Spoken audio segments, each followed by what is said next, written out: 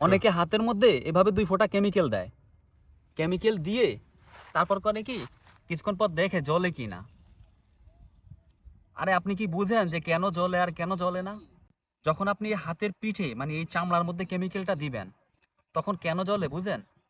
কারণ জ্বলে হচ্ছে আমাদের যে লোমকূপ, ছোট ছোট লোমকূপ থাকে মানে ছিদ্র, মশারির নেটের মতো আমাদের এই চামড়াগুলো ছিদ্র করা, ছোট ছোট ছিদ্র। এই ছিদ্রগুলোতে আপনি যখন 2 ফোঁটা কেমিক্যাল দিবেন, কেমিক্যাল দিয়ে তারপর যখন এটাকে ডলবেন তখন আপনার ভিতরে ঢুকে যাবে কেমিক্যালটা।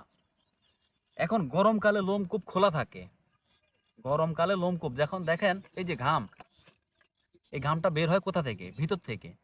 মানে লোমকূপগুলো খুলে যায় গরমকালে, গরমে তারপর ঘামটা বের হয়ে আসে। ঠিক সেম গরমকালে এখানেও এই হাতের মধ্যেও লোমকূপ থাকে, ওটা খুলে যায়, ভিতর থেকে ঘাম বের হয়ে আসে। আপনি যখন কেমিক্যালটা দেন তখন হচ্ছে এই কেমিক্যালগুলো ভিতরে ঢুকে যায় এবং জ্বলে। সেজন্য আপনি গরমকালে এই টেস্টটা ঠিক আছে আপনার জন্য, যে কেমিক্যাল ভালো খারাপ অনেকে চিন্তা করে। ভালো খারাপ কেমিক্যাল নির্ণয় করা আপনার পক্ষে কখনোই সম্ভব না। কেমিক্যাল যদি ভেজাল হয়, মিক্স হয়, খারাপ হয়, আপনি হাতের মধ্যে ঘষলে এটা বুঝতেই পারবেন না, কোনোদিনও না। খারাপ কেমিক্যালেও জ্বলবে, ভালোটায় জ্বলবে, এটা করা যাবে না। কারণ হচ্ছে এই কেমিক্যালগুলো শরীরের ভিতরে ঢুকে যাচ্ছে ডিরেক্ট। এখন লোমকূপ খুলে গেল ভালো কথা, গরমকালে আপনি এটা দেখলেন জ্বলছে, আপনি সন্তুষ্ট। কিন্তু শীতকালে তো আপনার লোমকূপ বন্ধ, তখন আপনি কি করবেন?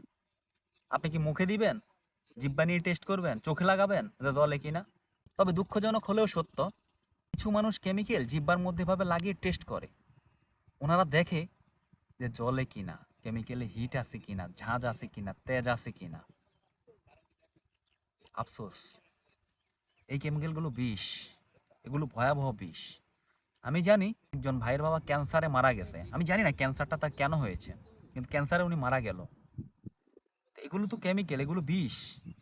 সেই ওনারই সন্তান এই কেমিক্যালগুলো মুখের মধ্যে নিয়ে টেস্ট করে, উনি মাঝে মধ্যে দেখে। এখন উনি হয়তো ওনার এখান থেকে জানে না বলে বলতেও পারি না, সরাসরি মুখের উপর বলতে পারি না যে ভাই আপনি এটা কি করছেন, হয়তো ওনার আত্মসম্মান বোধে আঘাত করবে আমার কথাগুলো, সেজন্য চুপ করে থাকি।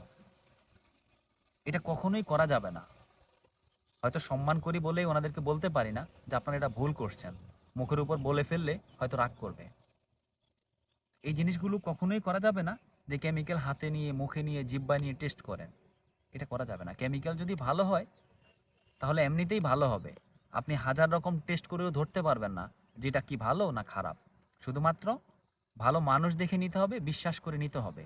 এবং দীর্ঘস্থায়ী, যাদের সাথে ব্যবসা করতেছেন দীর্ঘস্থায়ী একটা মার্কেটে আছে, ওই মানুষগুলো থেকে কেমিক্যাল কিনতে হবে।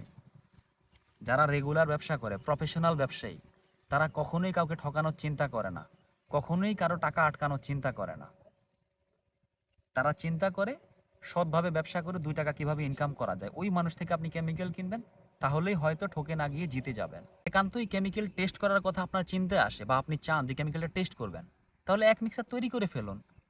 একটা ড্রামে আপনার মার্কেট নষ্ট হয়ে যাবে বা আপনার কেমিক্যাল ভালো কি খারাপ এই চিন্তা আপনার মাথা থেকে চলে যাবে। আজকের দিনে যখন আপনার প্রোডাকশনটা শেষ হয়ে গেল, শেষ এক মিক্সার মানে আজকের দিনের শেষ মিক্সারটা আপনি নতুন একটা ড্রাম থেকে করবেন, শুধু এক মিক্সার। আগামীকালকে ওটা শুকায় যাবে, পরশুদিন আপনি রিপোর্ট পেয়ে যাবেন, শেষ। সিম্পল বিষয়। তাহলে এই চিন্তা বাদ, কেমিক্যাল হাতে, মুখে, জিহ্বায়, শরীরে মেখে টেস্ট করা এটা কখনোই সমীচীন না।